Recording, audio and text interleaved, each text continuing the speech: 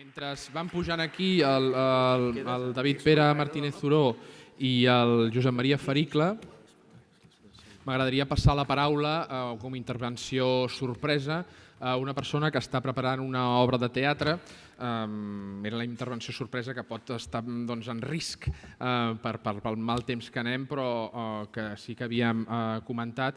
Una persona que està preparant una obra de teatre sobre la cocaïna, que no sé si el títol mateix és Cocaïna, i que ens farà una petita presentació del que ell mateix està preparant. No sé si és una obra de teatre en performance o alguna cosa així, ja ens ho explicarà.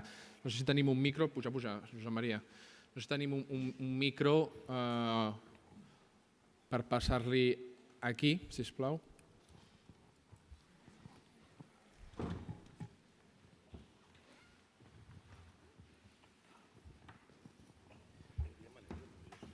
Aquí. El Marc Caelles, gràcies. Gràcies, Xavi. Sé que anem una mica malament de temps, però agraeixo l'oportunitat. És una obra que es diu El Perico tumba la paloma i que l'estrenem l'1 d'octubre al Festival TNT a Terrassa i després estarem 4 dies a l'Antic Teatre del 5 al 9 d'octubre. La idea una mica va sortir que justament amb el tema de les drogues és un tema, a mi em sembla que té un potencial escènic perquè sempre justament es parla d'una cosa i per parlar-ne d'una altra. D'alguna manera el que es diu amaga altres coses. Llavors ho hem vist aquí, es prohibeix per uns motius morals però després en realitat ajuda a fer funcionar la maquinària econòmica o el ser capitalista. Aleshores tot això també barrejat amb el tema que concretament amb el tema de la cocaïna, que diguéssim, ja des del títol, el Perico tumba la paloma, què vol dir? Això originàriament va ser una campanya antidrogues a Venezuela, que el perico és la cocaïna i la paloma és el pene, el membre masculí. Llavors allà van trobar que l'única manera, diguéssim, per convèncer teòricament els joves era dir-se que no podrien funcionar sexualment. Però clar, avui en dia, això va ser als 90, a Colòmbia aquest títol significa que el perico tumba la paloma de la paz. En un moment de negociacions de pau, l'element clau que farà que no vagin bé aquestes negociacions segurament mentre segueixi el narcotràfic és justament això, o sigui, el perico tumba la paloma. També, clar, hi ha una relació amb els ocells, llavors, aquesta mena de metàfores o del que es mostra i el que s'amaga quan es parla de drogues és una mica el que intentem fer amb una peça que és mig performativa, i que és una col·laboració de gent, entre ells l'artista Edinson Quiñones, que està aquí, que acaba d'arribar, acabem de venir de l'aeroport, i aleshores també perquè per la part colombiana la cocaïna ve de la planta de coca, que és una planta, i que hi ha uns rituals ancestrals i que hi ha uns productes que deriven d'ella, com pomades, te, tal i altres. Llavors, clar, diguéssim, prohibir una planta al segle XXI és una mica també estrany per ells. Tota aquesta barreja de factors és el que intentem fer una peça que és com un caleidoscopi narcopop, si es vol, en el qual també es fa un homenatge a la Billie Holiday, que va ser una de les primeres víctimes de la guerra contra les drogues, en aquest cas no per consumidora i també perquè es va atrevir a cantar contra el racisme. Llavors, novament, el racisme que es feia contra els músics de jazz negres és el mateix que s'ha aplicat després contra els colombians, l'estigma colombià vinculat a la droga, que sèries com Narcos ajuda a mantenir, també és un tema que en parlarem a la peça. Llavors, si us interessa, ja ho sabeu, el dia 1 a Terrassa i del 5 al 9 a l'Antic Teatre estarem allà. I res, gràcies per la possibilitat d'aquest petit spot. No, gràcies a tu per plantejar aquests temes. És veritat el mal que fan molts imaginaris cinematogràfics actualment i com estigmatitzen. És una de les coses que estem posant en qüestió des d'ahir mateix, la primera sessió. Doncs gràcies, Marc Caelles. Continuem amb la sessió, amb retard, però si ha suscitat aquest debat en el públic i aquestes tensions, doncs per això es fa també. Donarem ara la paraula sense més al David Pere Martínez Zuró, que és psicòleg social, que ens parlarà, ha posat com a títol a la seva conferència Sense passar-se de la ratlla, que és el llibre que ha publicat a edicions de Bellaterra, subtitulat La normalització del consum de drogues. És edició catalana i també hi ha una edició castellana. I després donarem pas al Josep Maria Faricle, antropòleg, Etnopsicòleg, preciso, i antropòleg cultural, que ha estat professor a diverses universitats i actualment la cosa que ens va interessar i que vam visitar és una fundació que porta el seu nom amb la seu a Can Benet Vives, que és al mig del Parc Natural del Montnegre, i on fa tallers i conferències sobre els psicotrops i altres qüestions, amb tècniques diverses de meditació i d'introspecció. I trompetista. I és trompetista. També ha publicat nombrosos llibres, destaquem Los Jíbaros, Cazadores de Sueños i Los Chamanismos a Revisión. Sense més, els hi passem la paraula, són dues persones especialistes del tema, ara sí, i que de ben segur que tenen moltes coses que dir i precisar de les qüestions que s'estan posant avui en relleu. Moltes gràcies de veritat a tots dos per ser aquí, per la feina que feu, i endavant, David Pere. Moltes gràcies. Moltes gràcies per la invitació i per el comissariat al Xavier Basses i també al Felip. També em fa especial il·lusió compartir taula amb un històric de les drogues. Els de la nova generació sempre hem llegit llibres dels històrics, el Josep Maria Ferricle és un d'ells. I també moltes gràcies a vosaltres per l'assistència. Dit això, em fa també especial il·lusió vindre a unes jornades que fugeixen del sempre monogàmic món de les drogues, que sempre som els mateixos allí donant la conya, i aquí en podem parlar amb el marc d'unes jornades filosòfiques sobre una qüestió que per a alguns és bastant interessant i avui podrem arribar a públics que no sempre els tenim a la mà.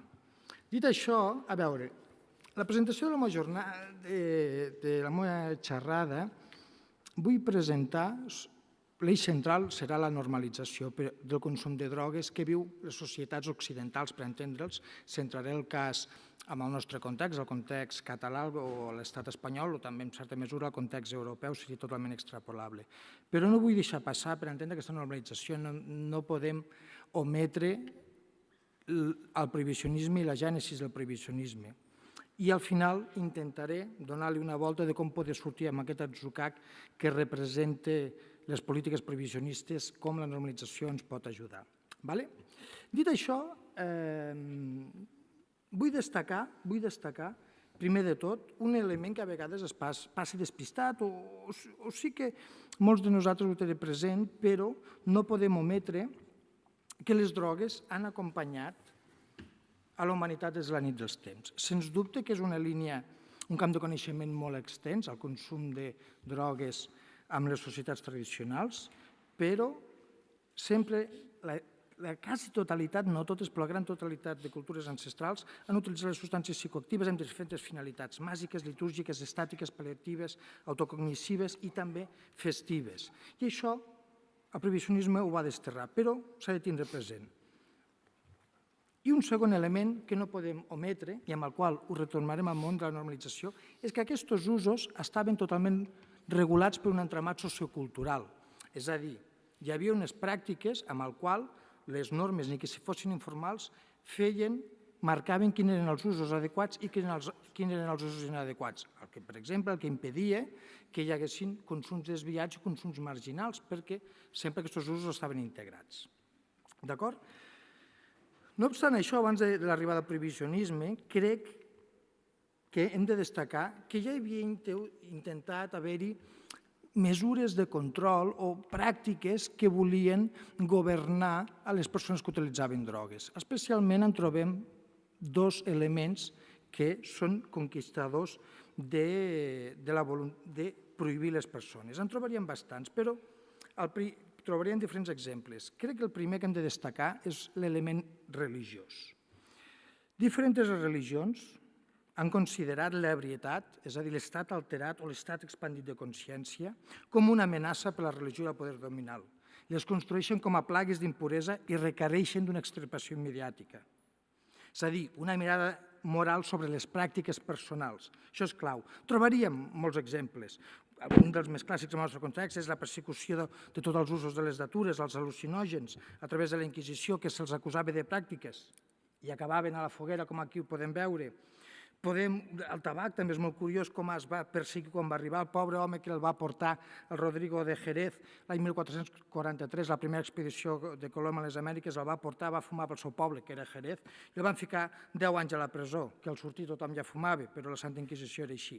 També trobem persecucions del tabac al llarg del segle XVI i XVII a Rússia, Suïssa i la Baixa Saxònia, però sempre per un component moral. També, no només al cristianisme, sinó també a l'imperi otomà, Murat el Cruel, aquest senyor que tenim aquí al mig, prohibeix el tabac.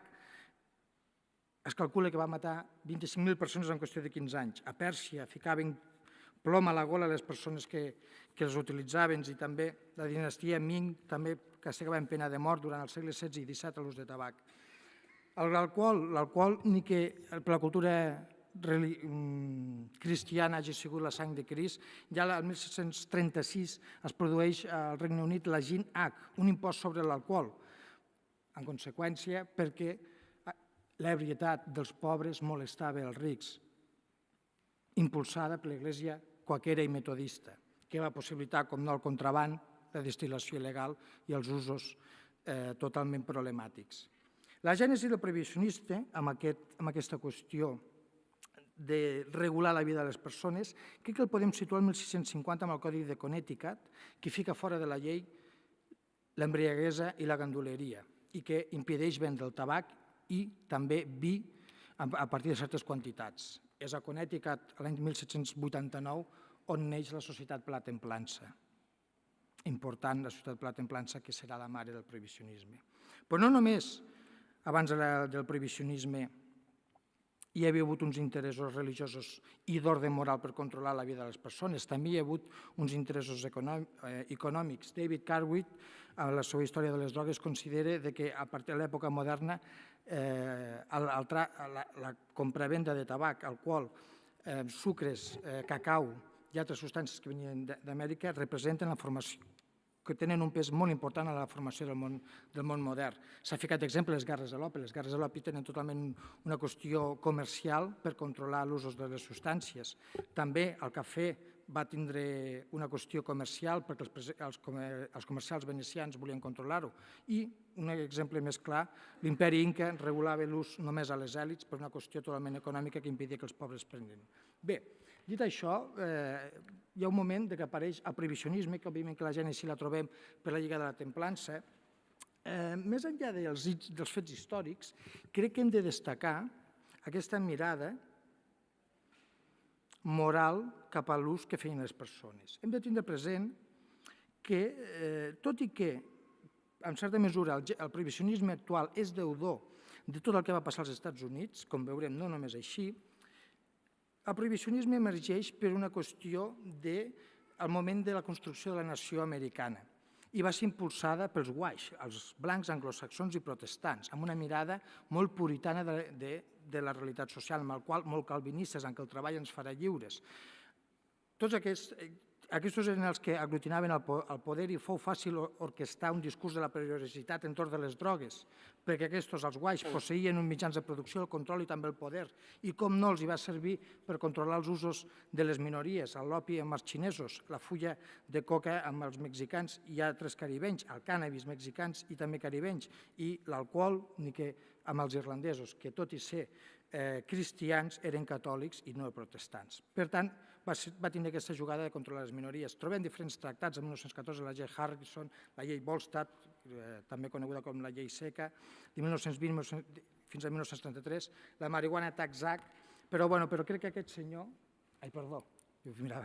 aquest senyor és el responsable que avui visquem en una situació totalment que després va derivar en la guerra contra les drogues i visquem en una situació totalment prohibicionista amb tots els danys que provoquen. És Harry Anslinger, el primer tsar de les drogues, qui va condenar per una qüestió racista, com ara apuntava la Buddy Holly. Buddy Holly va ser totalment, no només per usuari d'heroïna, sinó que ja va funcionar de boc expiatori, sinó que el motiu per condenar-lo va ser que era negre i per controlar els negres. Tot un racista que, si us fixeu, té una retirada de Benito Mussolini, crec que sí, va ser el pare d'orquestar tot el prohibicionisme mundial, o menys d'exportar-lo, perquè no només Harry Anslinger és el responsable del prohibicionisme, sí, de la seva internacionalització, però aquests moviments de templança, puritans, de controlar els altres, d'intentar expulsar els marges socials de la veritat, es van produir a molts països d'Europa. En el context espanyol, per exemple, Joan Carles Usó ho il·lustra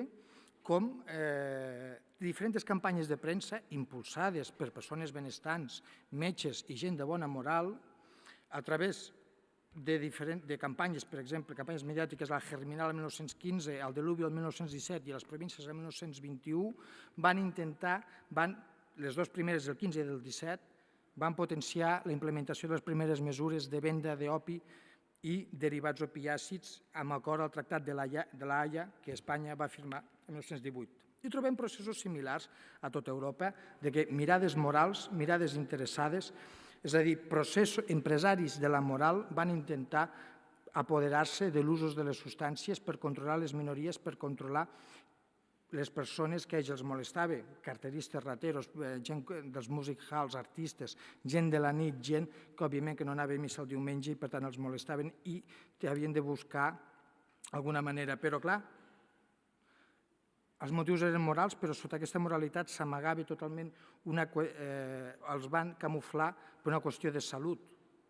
I sabem que no és una qüestió de salut i malaltia el que provoca el que persegueix la prohibició de les drogues, sinó que el que amaga és una qüestió de bé i de mal. Però es va amagar sota un problema de salut pública i sota una amenaça jurídica. I és a partir de llavors quan emergeix el paradigma mèdic i el paradigma jurídic. El primer entén l'usuari de drogues com un malalt, al qual, ni que ell no vulgui, li ficarem un tractament, i el segon tracta l'usuari de drogues com un delinqüent amb el qual s'ha de perseguir i encadenar perquè representa una amenaça pel conjunt de la societat i fonamenta mella els pilars de la civilització.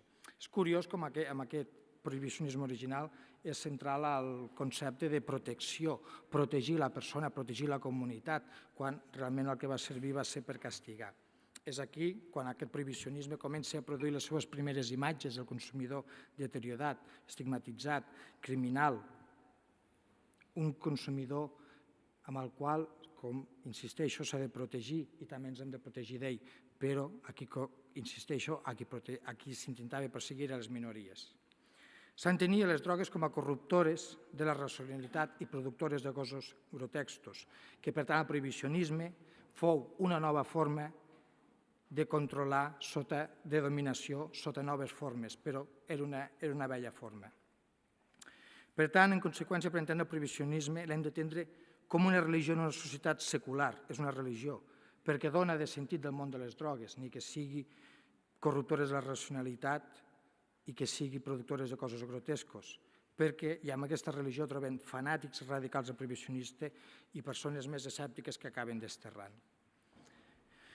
Com sabeu, el prohibicionisme es va extrapolar a gairebé tots els punts del món perquè és d'obligació compliment per tots els estats de les Nacions Unides. Els tres grans convenis que fiscalitzen les substàncies d'obligat ratificament és el conveni del 61, del 71 i del 88, que marquen el marc prohibicionista actual. Eichlinger va continuar fent la seva feina, ell és el pare de la Convenció del 68, ell va estar al cap de control dels estupefents als Estats Units fins a mitjans dels 60, però en aquell moment la gran societat, l'opinió pública ja havia rebut la imatge important del que eren les substàncies, del que eren les drogues, unes drogues que s'havien de perseguir.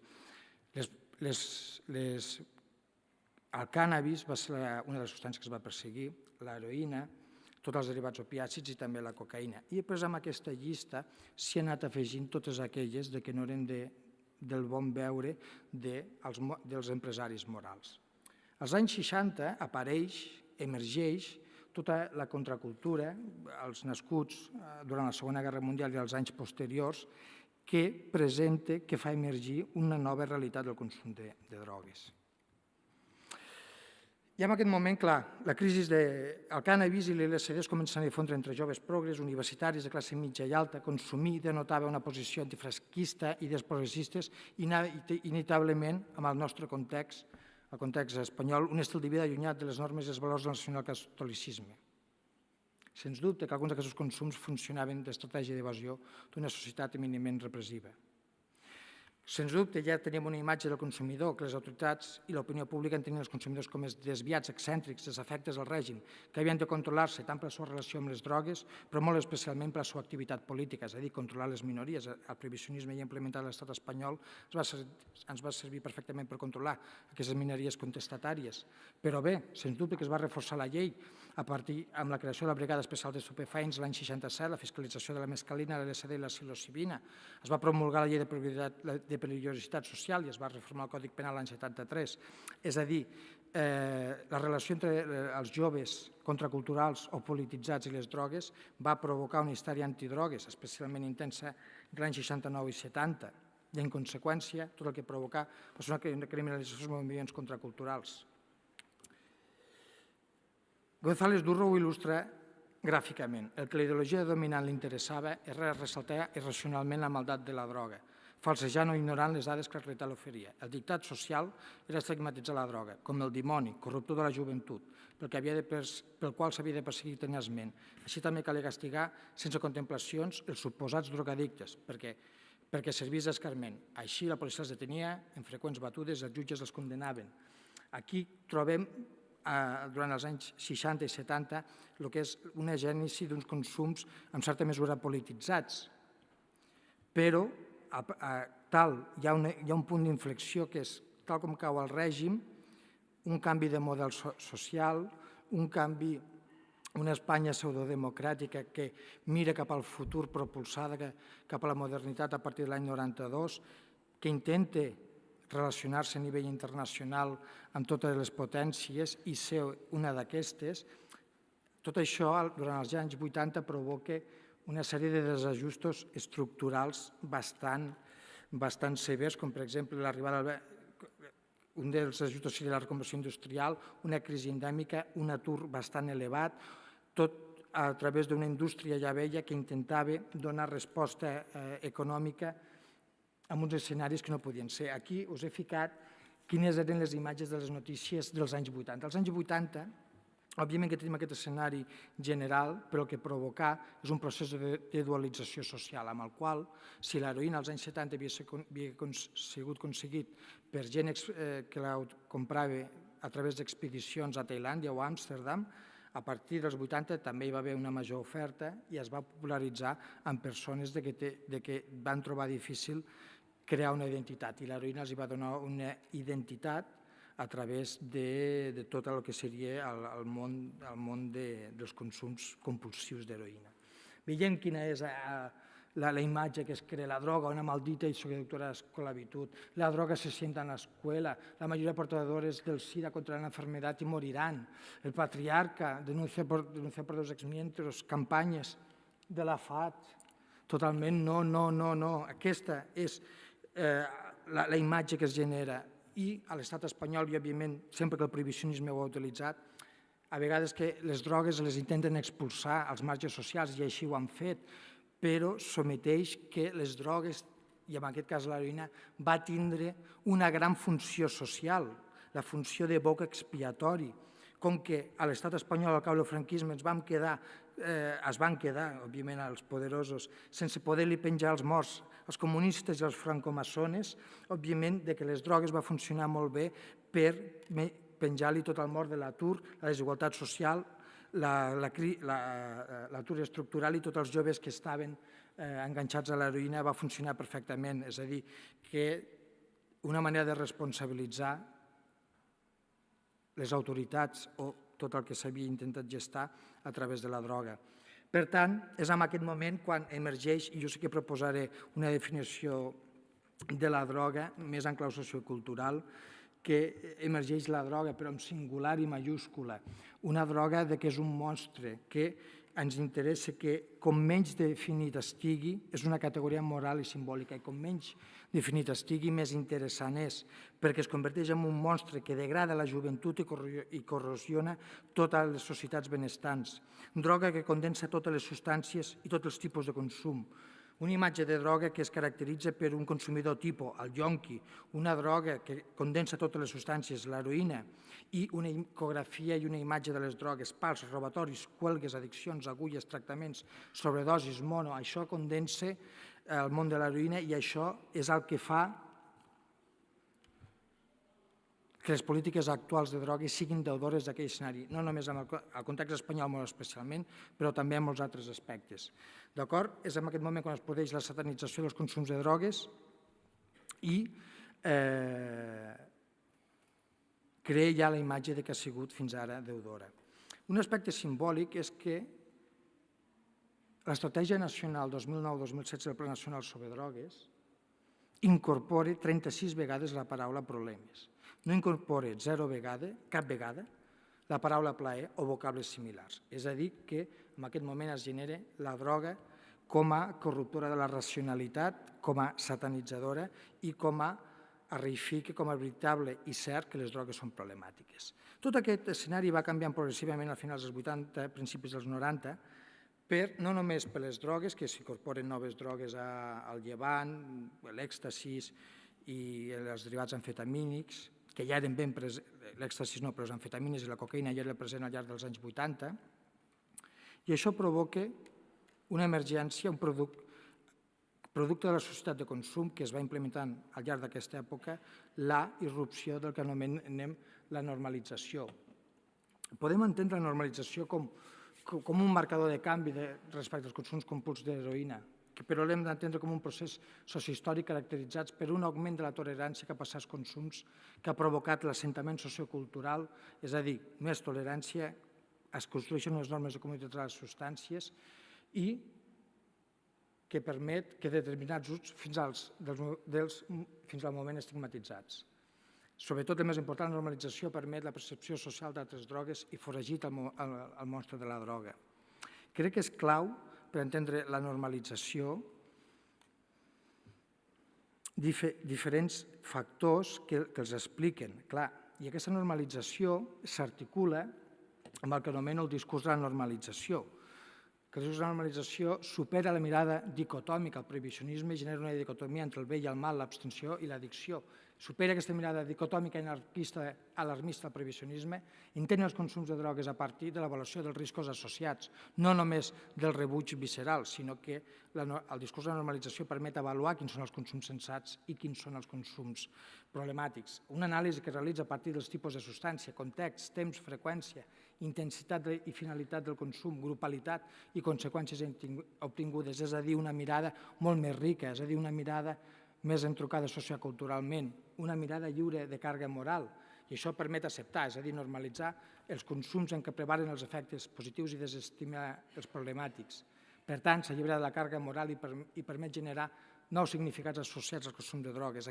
La normalització permet entendre'ns i relacionar-nos amb els usos tradicionals d'una manera més sensata. Òbviament que la normalització encara és subalterna i molt minoritària en el nostre context, però progressivament va guanyant espai.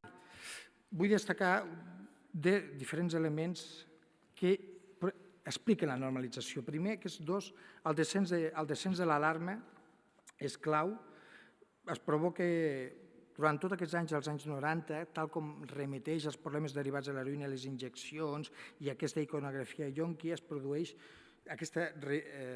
una menor bel·ligerància comunitària, provoca una cobertura política i, sobretot, menys pes en l'agenda política, és a dir, els polítics estan tan interessats a donar resposta política perquè ja s'ha tecnificat i ja els podem entendre en aquest sentit.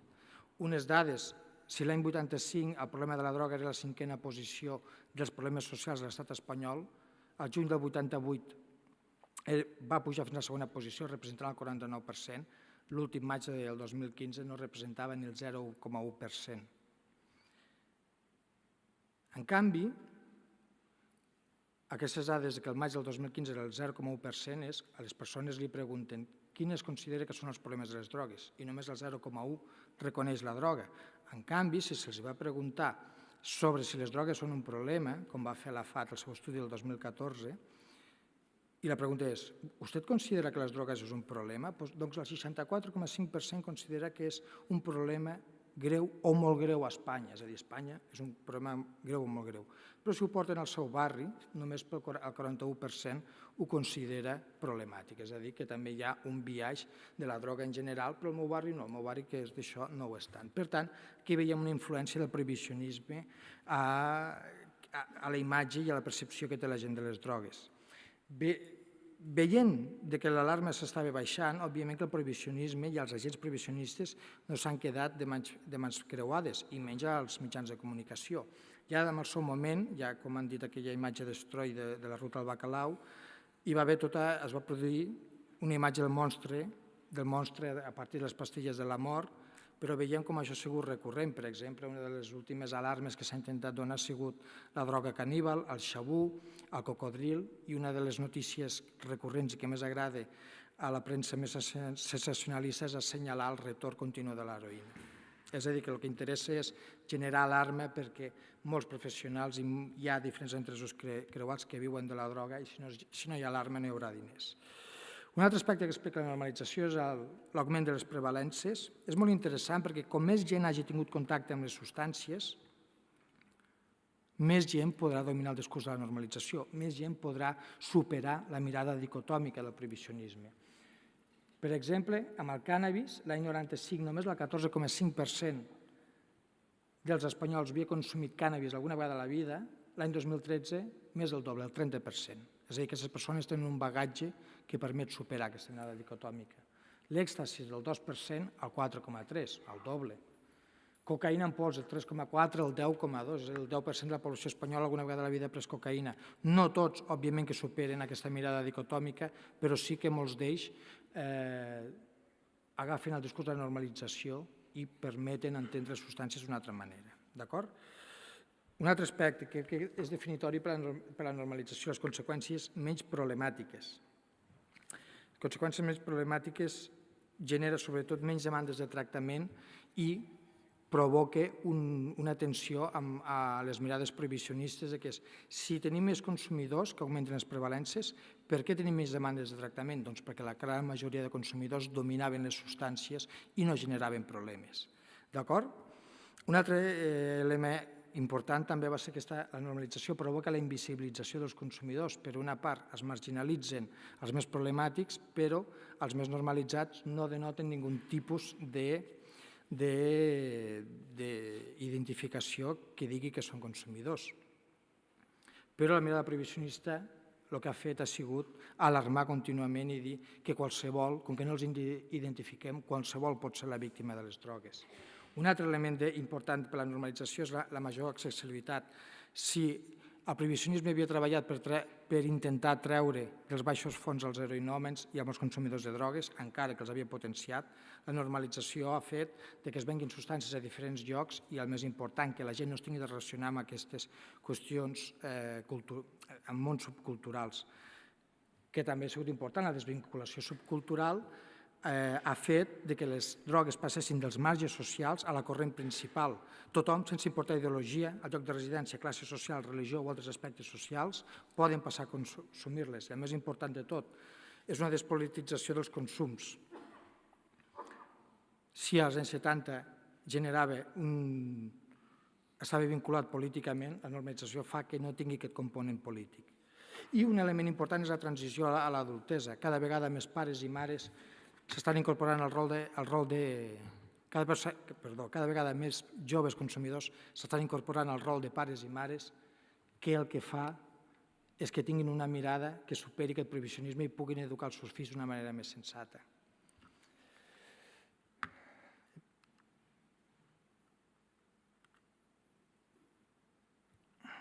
És important l'apropiació de la normalització per part dels consumidors, però el prohibicionisme és impossible el control, i negar la capacitat de control és negar la capacitat de decisió dels consumidors. Negar-los el criteri com a subjectes autònoms i adults, com a estratègia política per legitimitzar les pràctiques de control sobre ells. El que fa la normalització és tornar a l'hermenèutica de ser el subjecte, tornar a entendre's a si mateix, treballar per cuidar-se, tindre unes tècniques de si per continuar sent un subjecte autònom. Possibilita utilitzar les drogues pel seu plaer i pel seu gaudi en certs moments determinats, sense que això li provoqui una normalització. Permet tindre un control i una regulació com una pràctica d'autotensió, és a dir, utilitzar les drogues amb uns fins determinats, com les pràctiques socioculturals de les cultures ancestrals, no com vol que les utilitzem al prohibicionisme, d'una manera compulsiva, addictiva i marginal. I, sens dubte, crec que és important la normalització, possibilita tornar la dignitat al consumidor i lluitar contra l'estigmatització i la criminalització. Tot això provoca una micropolítica de la normalització, és a dir, la normalització a la vida quotidiana quan arribi a les persones i a tots els consumidors pot tindre efectes micropolítics. Crec que genera una trenca amb els significats tremendistes. Les experiències satisfactòries permeteixen la legitimització dels usos de drogues.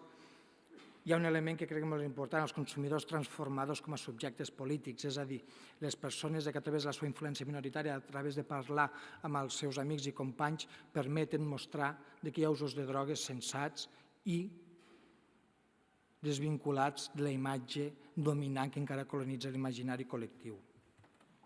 Tot això, òbviament, que es podem parlar bastant, només uns elements per a la reflexió.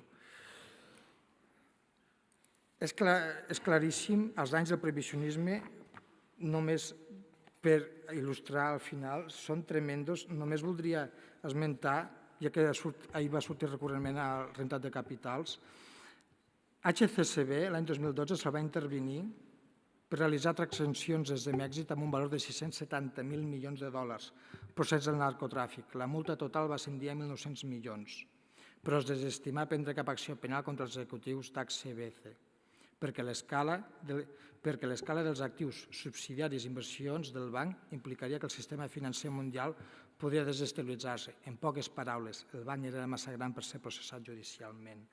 Els danys del prohibicionisme són ingents, es calcula uns 400.000 milions de valor de mercat. Tinc un munt de dades, hem publicat ara els quadres de l'ICA, els anys de les polítiques prohibicionistes amb l'Oriol Romaní, aquí trobareu moltes dades, totes aquestes coses s'ha d'assenyalar, morts, corrupció policial, una autèntica ignomínia, però això no impossibilita que les polítiques de drogues no ens acabin de sortir, no acaben d'emergir.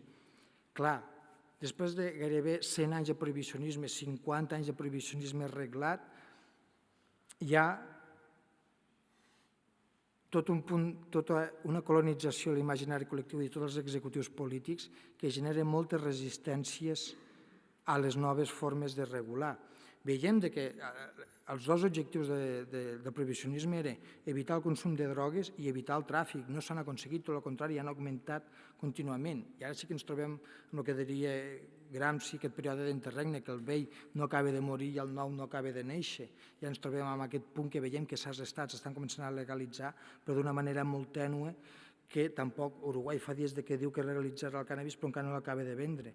Però, per tant, tot això ens costa cristal·litzar noves polítiques, però a Europa sí que soc optimista que aquesta normalització en clau sociocultural, quan colonitzi la vida quotidiana de totes les persones, hi haurà major tolerància i els polítics seran més valents, perquè legalitzar les drogues tothom sap els anys que ha provocat el prohibicionisme, però ningú s'atreveix a canviar-ho per una qüestió política i de rèdit en certa mesura personal. Quan hi hagi major tolerància acabaran per legalitzar les drogues. Per tant, el que necessitem és trencar aquestes imatges del prohibicionisme, de la imatge grotesca dels consumidors i crear una imatge de la normalització com un risc com tant altre. És a dir, construir nous entramats i noves normes perquè les drogues s'assentin socioculturalment, deixin de ser un problema i continuïn sent qualsevol risc com qualsevol altre. Merci. He passat molt, no? Bueno, no és malament, però hòstia, valia la pena tot el que tenies que dir. 32 minuts. Passem directament la paraula al Josep Maria Faricle, no? Sí. Bones tardes. Sí, bones tardes. Com que em sembla que fa molta estona esteu sentats, que us sembla que us poseu drets un minut i us moveu les extremitats així per despertar-vos, va. Ha de circular la sang, ha de circular. Això va per tots, no? Va per tots, sí, va per tots, vinga. Això mateix. Sí, quan un porta molta estona sentat s'adorm, i és normal, no? Ja, així estem millor. Sí, voleu saber, clar. Bueno. Doncs, en primer lloc, em sento agraït a les persones que han muntat aquestes jornades filosòfiques sobre drogues per la invitació que m'han fet. Jo no soc filòsof, ni de formació ni d'afició, en un sentit acadèmic. Sí, ho soc en el sentit, en tot cas, de l'origen, del terme filosofia, que vol dir algú que estima el coneixement, això vol dir filosofia. I en aquest sentit em sento filòsof pràctic, perquè sóc algú que sí estimo el coneixement i dedico la meva vida pràcticament a experimentar coneixement, a donar-li forma, etc. Llavors, també fent una altra puntualització lingüística, que estem usant el terme droga moltes vegades, i droga és un terme que ve d'una paraula holandesa i que s'utilitzava al segle XVI i XVII per referir-se estrictament a plantes seques. O sigui, quan els holandesos viatjaven per tot el món i importaven a través dels seus vaixells, importaven espècies, importaven aliments també vegetals, doncs les botes en les que portaven tots aquests productes d'Orient cap a Europa, totes portaven un cartell que portava dracs, que en holandès, repeteixo, vol dir simplement plantes seques. I és el terme que avui dia s'utilitza, havent evolucionat, com sabem, tant per referir-se a substàncies psicoactives com per referir-se a productes de pintura, en fi, és un terme que no ha perdut el seu sentit original. Aleshores, jo avui volia fer la meva aportació no com a filòsof, repeteixo, sinó com a antropòleg. I en aquest sentit, des de l'antropologia, es considera aproximadament i generalitzant que cada societat té la seva droga en el centre, té una droga psicoactiva en el centre. Aleshores, jo estic plenament convençut que l'equació és al revés. O sigui, no és que cada societat tingui una droga psicoactiva, del tipus que sigui ara, en el nucli, viu de la cultura, sinó que al voltant de cada substància psicoactiva creix una cultura. I hi ha un exemple històric recent, com és el de l'LSD, quan es va començar a difondre el consum i, per tant, els efectes de l'LSD aquí a Occident, literalment, i en el sentit més acadèmic, més estricte, més científic, va començar a créixer una subcultura. Jo diria que és l'última subcultura que ha crescut aquí a Occident real. No modes estètiques o coses per l'estil, com avui dia a vegades s'anomenen cultures, subcultures, però no és veritat. O sigui, una cultura, en el sentit antropològic, es caracteritza per tenir un sistema de valors, per exemple, un sistema de comunicació o un estil comunicatiu, per tenir una estètica, per tenir unes formes i unes estructures familiars i, per tant, de relació sexual, per tenir un tipus o un altre de formes de subsistència, etc. I aquestes característiques van créixer literalment en la cultura hippie o en la subcultura hippie, subcultura occidental, al voltant de l'efecte de l'LSD. Aleshores, i no és només que al voltant de cada droga psicoactiva creixi una cultura, sinó que tant l'economia de la cultura com la seva relació amb la divinitat, sigui quin sigui el concepte de divinitat, passa a través de les drogues. I en aquest sentit, he fet un recull de 4 dades, només que són significatives. Ho podeu projectar, sisplau? Exacte. Espera't, que això... Millor ho miro aquí, que ho veig millor jo. Per exemple, això són dades del Pla Nacional de Drogues. Per tant, vol dir que probablement són dades molt conservadores. Aquí a Espanya hi ha, segons, repeteixo, el Pla Nacional de Drogues, hi ha un 2,3% de la població que consumeix regularment cocaïna, el qual no vol dir que siguin cocaïnòmens en el sentit clínic de ser addictes, sinó que la consumeixen. I en aquest sentit, Espanya és la segona nació del món en percentatge de consum de cocaïna. La primera nació és Escòcia, que total ens passa una dècima, o sigui, un 2,4% de la població es declaren consumidors de cocaïna. MDMA, o popularment conegut com a èxtasis, aquesta metamfetamina, estem molt avall. Estem en un 0,7 de la població aquí a Espanya que declara que pren més o menys regularment, que pren èxtasis o MDMA. I estem molt avall, diguem, al capdamunt d'aquesta escala, com aquí veieu el projectat, hi ha Austràlia, on hi ha un 3% de la població que declaren que són consumidors regulars, el qual no vol dir que siguin addictes, o sigui, no tothom que pren alcohol aquí a Espanya, per exemple, són alcohòlics en el sentit clínic, ni molt menys, no? LSD en prenem un 0,6,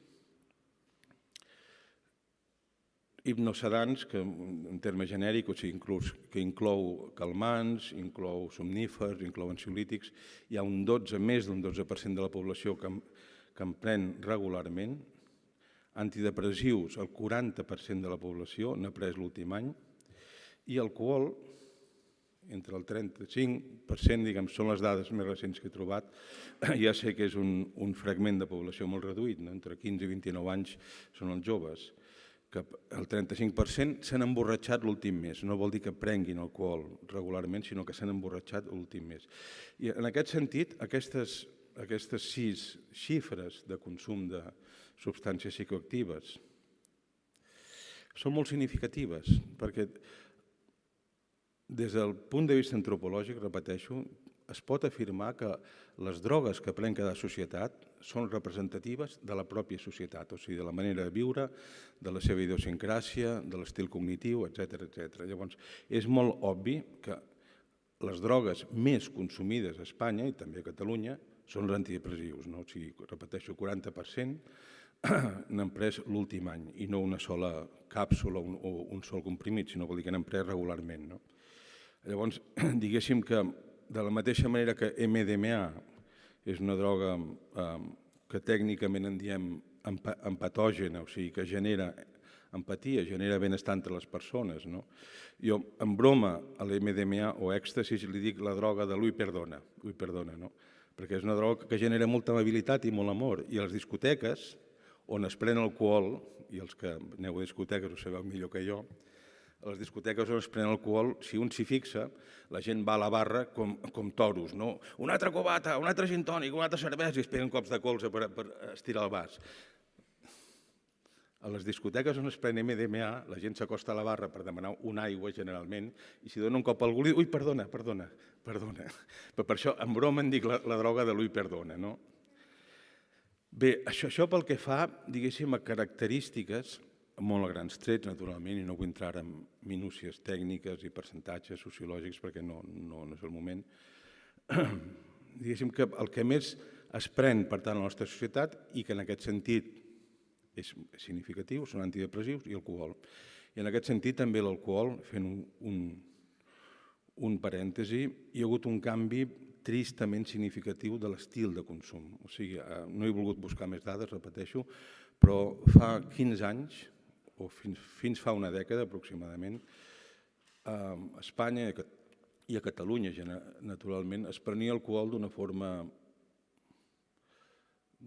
social, d'una forma quasi de congregació. Es prenia cava els caps de setmanes per celebrar un que estava en família, s'obria una ampolla de vi més o menys bo i suculent, depèn de la visita que tenia. I avui dia aquest estil de consumir vi ha canviat i la gent pren vi per emborratxar-se, no per compartir amb els altres una bona estona de loquacitat, de relax, de benestar, que és el que produeix l'alcohol. I en aquest sentit, per exemple, just acabo d'arribar d'Islàndia i hi ha un consum d'alcohol bastant similar en aquest sentit, o sigui que el podríem etiquetar de compulsiu, és un consum compulsiu d'alcohol. A Islàndia, com que l'alcohol als bars és car, el que fa la gent, joves i adults, i gent madura, és comprar alcohol al supermercat, que és més barat, s'emborratxen a casa i quan estan bastant ebris, llavors truquen els amics i queden per anar de bars, diguem, a prendre l'última copa i es poden passar hores llavors fent una ruta pels centres, bàsicament, de Reykjavik, que és l'única ciutat gran que hi ha, i és un consum compulsiu, per tant, d'alcohol, no és un consum de plaer, no? Bé, això pel que fa al consum i a les connotacions culturals o psicològiques del consum. I ara altres dades que són tremendament significatives i, com us deia, les drogues no només són el nucli i l'eina d'experiència de la divinitat, amb tot el que això implica, que en parlaré una mica més ara, sinó que també són el nucli d'economia de les societats, encara que això no es digui. Per exemple, el tabac. El tabac i el cafè són dues drogues importades a Occident, com tots sabem, d'Amèrica, una, i d'Aràbia l'altra.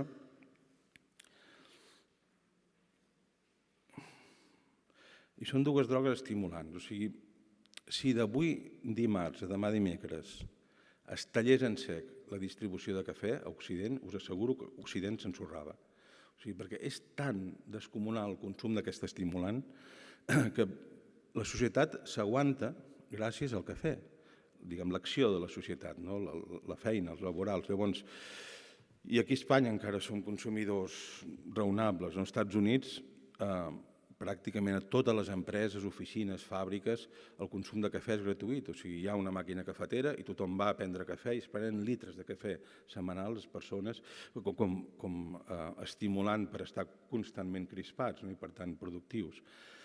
I el tabac passa el mateix. O sigui, el tabac és un estimulant del sistema nerviós. D'aquí l'absurd de fumar tabac sense nicotina. O sigui, el nostre sistema nerviós té receptors per aquest alcaloide que es coneix com a nicotina, i la nicotina és bona pel nostre cos, no és dolenta. O sigui, de fet, no hi ha cap neuròleg ni cap bioquímic que discuteixi el fet que la nicotina és un neuroprotector. Un altre tema és tot el que acompanya el consum de nicotina, o sigui, tots els productes químics que posen els cigarrets perquè es mantinguin encesos, perquè tinguin més sabor, etc.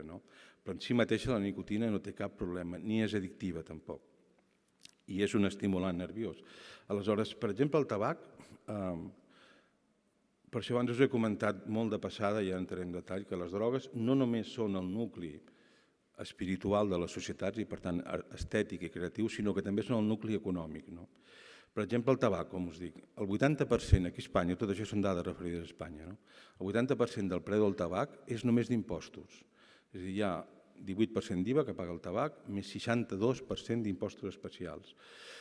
I aquí hi ha la distribució per detall, si us interessa. O sigui, 62 més 18 són 80% d'impostos sobre qualsevol producte de tabac. 8% és el que es queda a l'estanquer i el distribuïdor i l'empaquetador, etc.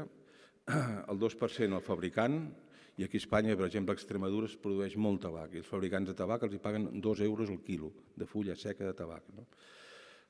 Per tant, d'un paquet que costi 4 euros, com un exemple, el cost real del tabac, de l'embolicat, del processat, del transportat i del dependent que us l'ofereix a l'estanc, el cost real són 80 cèntims. Tota la resta és impostos. I en aquest sentit no he trobat dades més recents, però encara que siguin de l'any 2010, són tremendament eloqüents. O sigui, l'any 2010, com podeu veure aquí el gràfic, l'Estat va recaptar 9.842 milions d'euros d'impostos al tabac. O sigui, 9.842 euros. I és la xifra, i aquesta xifra, com us he posat perquè la podeu comparar, és més alta que els pressupostos sumats del Ministeri de Foment, el Ministeri d'Indústria i el Ministeri de Sanitat.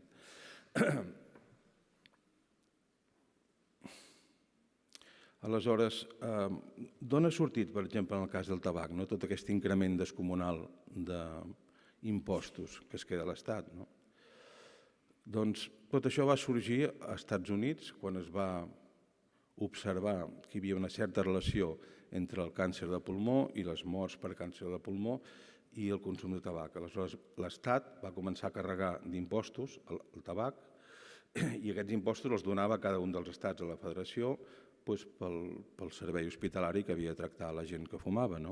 Però estudis posteriors, i no massa actuals, o sigui, de fa ja un quinquenni, van posar de relleu que això és mentida. O sigui que és al revés, que els fumadors, com que moren molt abans que els no fumadors, de promig, naturalment, doncs resulta que estalvien a les arques de l'Estat, estalvien pensions, estalvien serveis mèdics geriàtrics, etc. Amb la qual cosa és mentida que tots aquests impostos, 80%, vagin a parar als serveis mèdics que tenen els propis fumadors. Seguim, l'alcohol destil·lat, els alcohols destil·lats, vull dir, whisky, ginebra, vodka, etc., rom, paguen el 40% d'impostos. La gasolina paga el 48% d'impostos.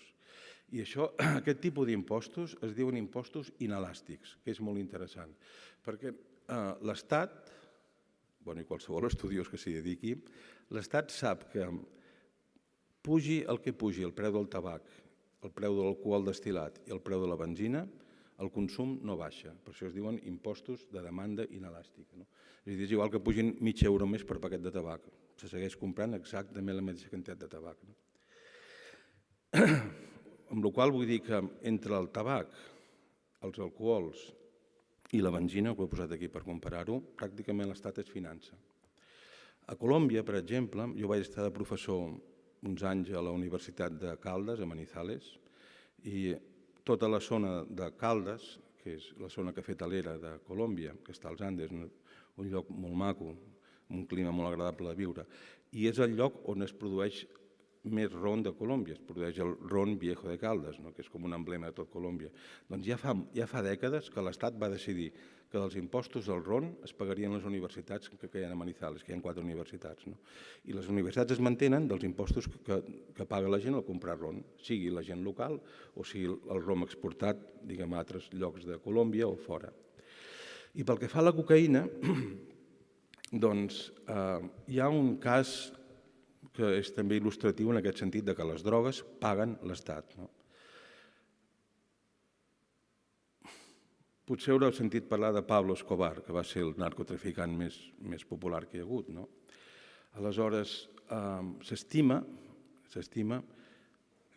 amb tota la impossibilitat òbvia de donar xifres precises, però vaja, són estimacions fetes sèriament, que guanyava 420 milions de dòlars setmanals amb l'exportació de cocaïna, amb la venda de cocaïna a través del seu càrtel, vaja.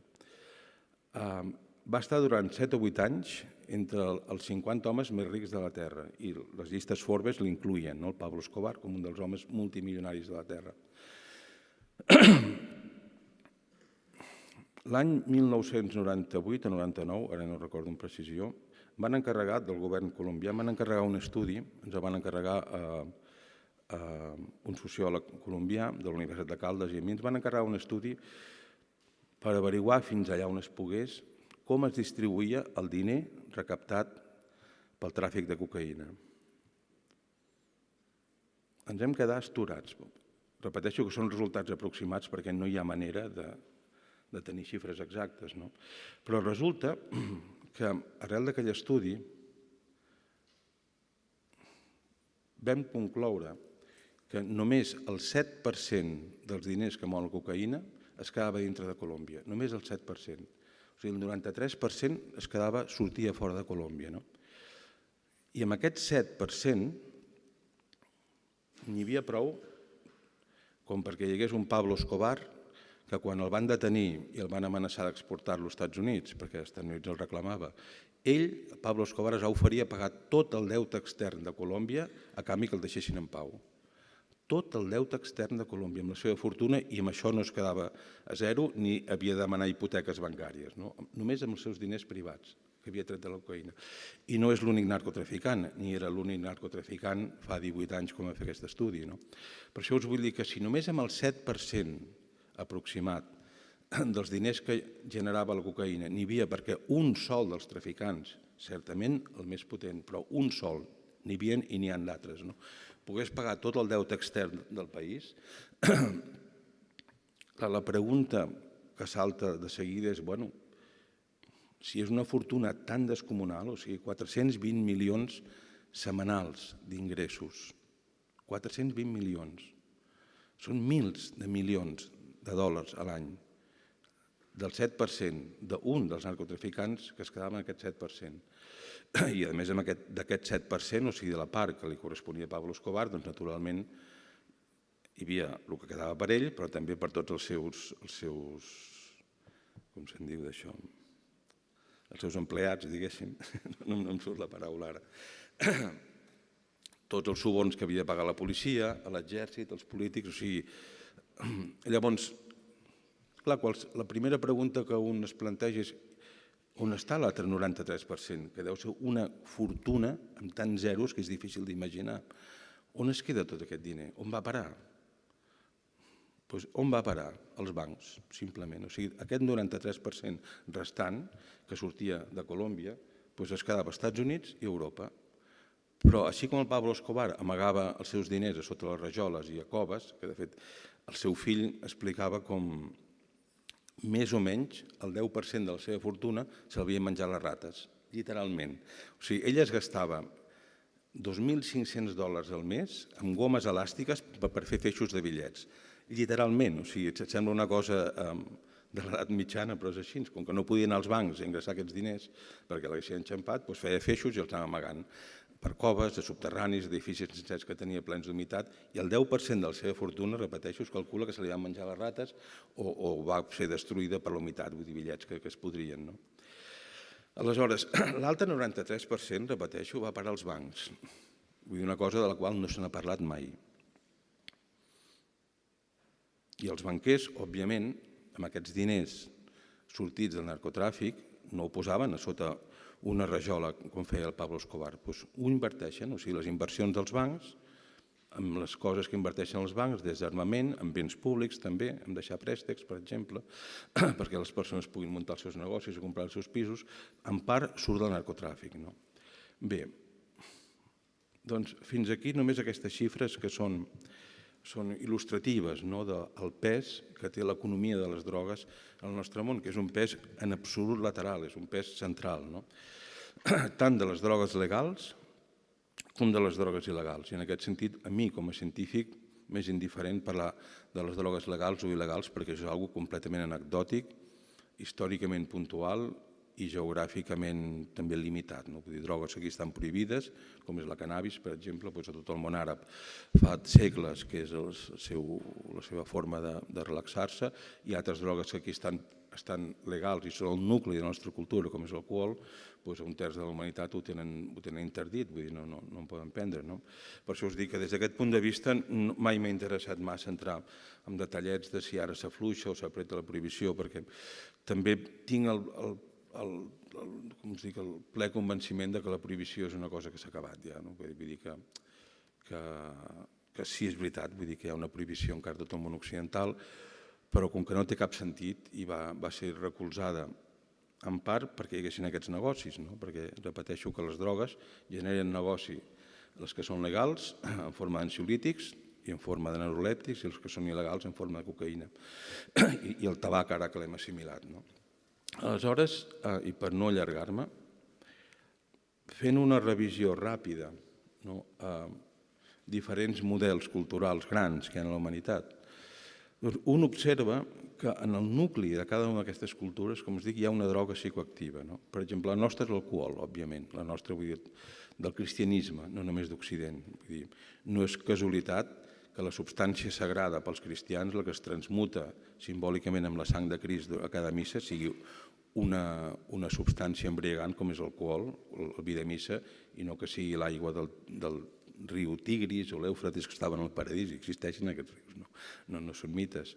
Aleshores, i tampoc és casualitat que, i és un fet històric ben conegut i ben detallat documentalment, que allà on arribaven monjos, fos aquí el vell món o fos el nou món, allà on arribaven monjos per establir-se, el primer que feien era obligar tot al seu voltant a plantar vids, a plantar raïm per poder fer alcohol. I a la Bíblia, que és un dels 3 pilars fonamentals de la cultura occidental, 3. L'altre és l'Odissea, naturalment, la història d'Ulisses, i l'altre és Dante, amb la seva literatura. Doncs, en diversos moments de la Bíblia es menciona de forma explícita que el que buscaven era l'ebrietat alcohòlica. Per exemple, em ve al cap ara la història de Noè, que tots la deu recordar, quan Noè encalla la seva arca, el seu barco, hagués existit històricament o no, en aquest sentit és igual. Diguem, des d'un punt de vista psicològic, és una realitat psicològica. Quan es va acabar el diluvi i Noè va poder sortir de l'arca, recordeu que el primer que va fer va ser fer plantar els seus 3 fills, Sem, Cam i Jafet, els va fer plantar raïm per poder tenir matèria prima per fer vi, no per alimentar-se d'una fruita fresca. I després hi ha tota aquella història que potser recordareu com Noé es va emborratxar i el seu fill petit, els seus fills grans van emburlar d'ell, el seu fill petit no, en fi. Però és simbòlic que la Bíblia esmenta que el primer que va fer plantar va ser raïm, no cereals per poder viure o per donar als animals que portava l'arca de Noé, sinó raïm per poder elaborar vi. I si i repeteixo que ara parlant molt a grans trets, però si observem l'efecte de l'alcohol, de les begudes alcohòliques, extrapolat molt a grans trets, és el caràcter i la idiosincràsia de la cultura occidental. Quan una persona està èbria d'alcohol, tots sabem com és, més o menys, perquè és una persona que repeteix, molt extrovertida, molt invasiva, vull dir, quan hi ha algú borratxo en una reunió ningú més pot parlar perquè ell ha de parlar, o sigui, afavoreix, entre altres coses, la loquacitat, l'expansió, i la cultura occidental és així, una cultura expansiva i invasiva en aquest sentit. Ja us dic que per agafar només 2 trets, vull dir que podria passar 1 hora i mitja parlant només de les característiques culturals i psicològiques derivades de l'efecte de l'alcohol.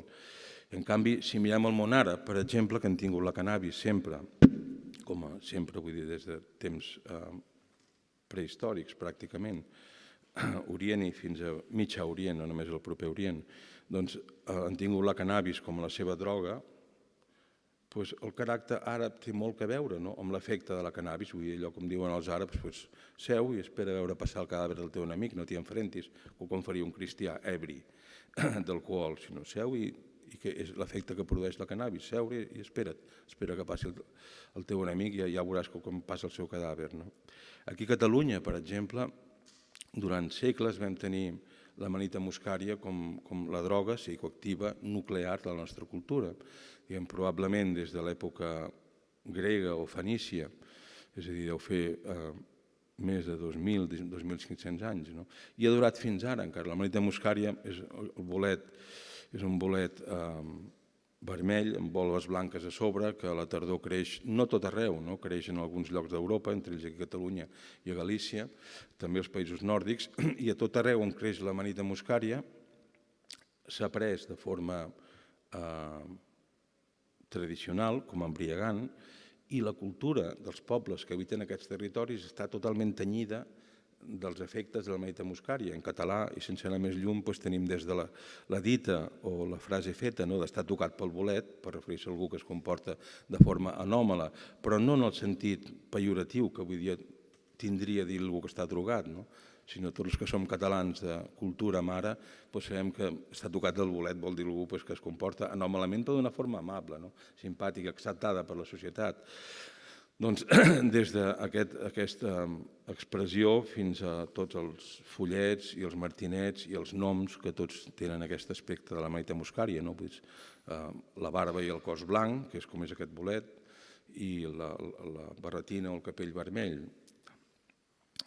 I és un bolet visionari, és a dir, que tant els països nòrdics, i repeteixo que ara que venc d'Islàndia, allà també creixen moltes amanites muscàries a la tardor, a la seva tardor, i són països on hi ha una creença tradicional en els noms, en els follets, en els elfs, en tots aquests éssers invisibles que habiten la natura i que tenen interrelació amb els humans, encara que nosaltres no els veiem.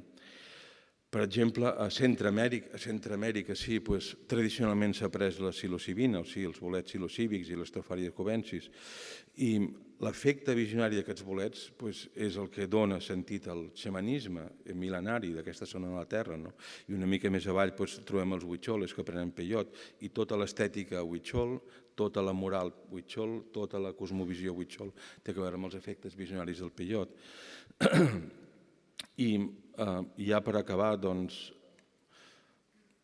més cap avall encara a l'Amazonia, on he estat aquests últims anys fent investigacions, les drogues que determinen la societat i el funcionament de les persones. O sigui, no es poden entendre cap dels factors predominants per l'antropologia d'una societat, d'aquest món amazònic, sense entendre l'efecte de l'ayahuasca i de la prognància. O sigui, no s'entén ni la medicina, ni els sistemes de control social, ni els sistemes de toma de decisions, per exemple, ni la seva cosmovisió, ni la seva cosmologia no s'entén si no és sota l'efecte o a partir de l'efecte de la ayahuasca i les abundàncies. Aleshores, ja per acabar, jo diria que avui dia a Occident, com lligant amb el tema d'aquestes jornades, que és el panorama actual de les drogues a Occident.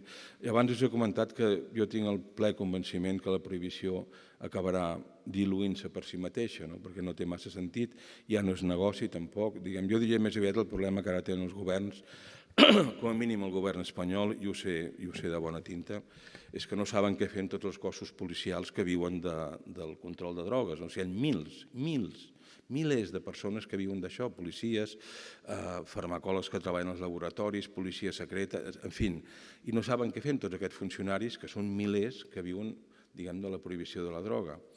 I per mi aquest és el problema que frena, perquè després la moralitat és una cosa que es canvia. De fet, la gent, la massa no té moralitat. L'últim anunci que han vist és el que repeteixen, el que es creuen, i no hi ha massa més elaboració interna de cap valor. Aleshores, hi ha 4 tipus, i aquí acabo ja, 4 estils d'ús de les drogues i de drogues segons l'ús. Hi ha l'estil o l'ús enteogènic de les drogues, i és un terme que el defenso sempre. O sigui, els grecs parlaven de farmacotèons, per referir-se a les drogues, bàsicament el quiqueon, que és la droga que prenien els rites mistèrics de l'Eleusis, que es van estar celebrant durant 25 segles i que eren el nucli de la cultura grega. Aleshores, farmacotèon és un terme molt interessant, que el va utilitzar el meu amic Jonathan Ott pel títol d'un llibre seu que es diu Farmacotèon, perquè vol dir, literalment vol dir les medicines dels déus. O sigui, fàrmacos, en grec volia dir medicines, i aquí han derivat farmàcia i tots els altres termes. I Zeus, que és la desinència farmacotheos, vol dir Déu, vol dir Zeus. Llavors, els grecs parlaven dels farmacotèons, o sigui, els medicaments que venen de Déu, i bàsicament eren substàncies psicoactives potents. I avui dia estem exactament igual, o sigui, no se sap per què, per exemple, una dosis de LSD, hi ha experiments ja des dels anys 60, experiments clínicament controlats, vull dir, no experiments espontanis o d'autodosificació, doncs s'ignora totalment el mecanisme pel que, per exemple, dolors que són imborrables amb analgèsics convencionals nostres, inclús amb opiacis, que una persona ha de prendre opiacis regularment si es vol treure certs dolors. En canvi, amb una dosi de LSD a vegades desapareix aquesta dolència de l'individu i està mesos sense tornar a patir aquest dolor, i se sap això d'una forma, us dic. Aleshores, són medicines dels déus, diguéssim, dels quals ignorem pràcticament tot el seu mecanisme. Inclús ara es comença a saber com actua l'LSD dintre el cos, però se'n té una lleugera hipòtesi. O sigui, ja us dic, ja fa 40 anys que estem fent investigacions químiques i bioquímiques i de farmacodinàmica de l'LSD, per exemple, i se sap que si una persona ingereix 200 micrograms de l'LSD, per exemple, que és una dosi potent, i al cap de mitja hora va orinar, pràcticament els 200 micrograms marxen per l'orina, però l'efecte li comença al cap de 3/4 d'hora. O sigui que no és un efecte mecànic immediat o químicament mecànic, diguéssim, de la substància, sinó que hi ha alguna cosa que activa la substància dintre la persona i l'efecte visionari i l'efecte d'expansió de consciència i l'efecte extàtic se li comença a desplegar inclús després d'haver expulsat la substància íntegrament del seu cos. Doncs avui dia hi ha un ús enteogènic de les substàncies. Jo aquí també posaria, la veritat és que, no vull allargar-me. Després hi ha un ús lúdic, que és el que més es reprova, que tampoc entenc massa bé per què es reprova, vull dir, si està molt bé, vull dir, gaudir de la vida. O sigui, és com que si hi ha un ús mèdic o científic és aprovat i si és un ús lúdic no, doncs per què no? Vull dir, les persones hem de gaudir de la vida, si no la vida perd sentit.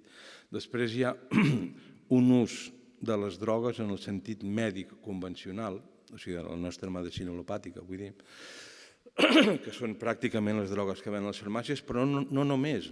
O sigui, per exemple, s'ha observat que entre el 70 i el 80% d'heroïnòmens, o sigui, de persones addictes a l'heroïna, el que fan realment és una automedicació. O sigui, ja us dic, s'ha observat amb força detall des del punt de vista metodològic que són persones que tenien alguna dolència crònica, a vegades dolències físiques, a vegades dolències psíquiques, que un dia van provar heroïna o qualsevol opiaci. O sigui, també pot ser morfina, pot ser codeïna, etc., qualsevol opiaci. Ara parlo d'heroïna perquè és el que està més sempre a publicacions diàries dels periòdics, però entre 7 i 8 de cada 10 heroïnòmens realment el que fan és automedicar-se, perquè un dia van descobrir que podien viure sense un dolor crònic en la seva vida i a partir d'aquell dia van començar a consumir heroïna. I, per exemple, un exemple contraposat a aquest dels heroïnòmens, quan a una persona l'operen, li donen morfina per alleugerar-li els dolors operatoris i postoperatoris. I la morfina és un cosí germà de l'heroïna, és un opiaci també potentíssim. En canvi, no hi ha ningú que quan surti de l'hospital, després d'haver-se curat els dolors operatoris o postoperatoris, segueixi demanant morfina per prendre. Pràcticament no hi ha ningú. Aleshores, ja et dic, dintre d'aquest ús mèdic en el sentit convencional dels enteògens o de les drogues, també incloeixo inclús de drogues il·legals. I després hi ha un altre ús que és, jo diria, quasi exclusiu d'Occident, fins allà on jo sé, que és usar drogues per inhibir la consciència, com per eludir la responsabilitat individual davant de la vida. I això són totes les drogues que abans us he comentat, drogues ansiolítics, neurolèptics, barbitúrics, etc. Però també altres drogues que no són estrictament de farmàcia, per exemple, l'alcohol, en molts casos no s'usa, com us dic ara, en aquest ús compulsiu que s'està observant en aquesta última dècada, no és un ús lúdic de l'alcohol, és un ús per inhibir la consciència. I vivim en un moment molt tràgic per la humanitat, que la vida no té sentit, ens hem allunyat dels déus, de les divinitats, que és alguna superior que ens donava orientació a la vida i sentit a la vida. Concebeixi cadascú el que sigui per la idea de divinitat, una divinitat més humana o més transcendent, més abstracta. Aleshores, aquesta pèrdua dels déus, de les divinitats, d'un sentit transcendent per la vida, ho hem de pagar d'una manera o altra. I ho estem pagant amb aquest consum desmesurat, com us deia abans, de substàncies que inhibeixen la consciència. A veure si ho trobo aquí. Una altra vegada, exacte. O sigui, 40% d'espanyols prenen antidepressius i 12 hipnosedants, i això va increixent. Perquè no és un problema, és un problema de l'ànima el que tenim, no és un problema físic o estrictament psicològic. O sigui, una de les meves ocupacions professionals és psicoterapeuta, tinc una consulta, i us asseguro que a partir de mitja vida, a partir dels 40 anys, crec que no tinc cap pacient que el seu problema no sigui espiritual, en el fons, no un problema merament psicològic en el sentit convencional, o sigui, sinó de falta de sentit de la vida. I joves que tinc, a vegades, també, que tenen un problema purament existencial, o sigui, quan ve un jove de 20 anys o 25 anys que acaba de fer una carrera universitària, no sap cap on orientar-se perquè no té cap escenari possible en el qual imbrincar-se, un escenari professional, i ve deprimit per això. O sigui, honestament jo no puc ajudar-lo, perquè no és un problema de psicoteràpia, és un problema existencial. Un jove de 25 anys que no tingui futur, que no tingui cap feina, que estigui als seus pares i no tingui manera de sortir de als seus pares i potser per acabar d'adobar-ho té una mala relació amb els seus progenitors, és normal que estigui deprimit i que estigui perdut i que estigui confós en la seva vida. Ja us dic, no és un problema de psicologia. I poc honestos són els psicòlegs que tracten aquests casos, diguem, des de la tècnica psicoterapèutica convencional, perquè és una cosa que va molt més enllà de la psique de l'individu, és la pèrdua del sentit de la vida. Aleshores, d'aquí que des del meu punt de vista hi hagi aquest consum tan desmesurat de drogues per inhibir la consciència i inhibir la responsabilitat individual davant de la vida. D'aquí que, ja per acabar, en lloc de prohibir els enteògens i les drogues que ens connecten amb aquest estat transcendent de la vida, el que hauríem de fer és afavorir-les, i els nostres governs haurien d'afavorir això i crear centres per ensenyar a les persones a prendre ayahuasca, per exemple, a prendre LSD, i ho dic en un sentit estricte. O sigui, si jo pogués us hauria invitat a tots a prendre LSD o a prendre èxtasis, però hi ha raons que m'ho impedeixen. Bé, res més, gràcies per la vostra atenció.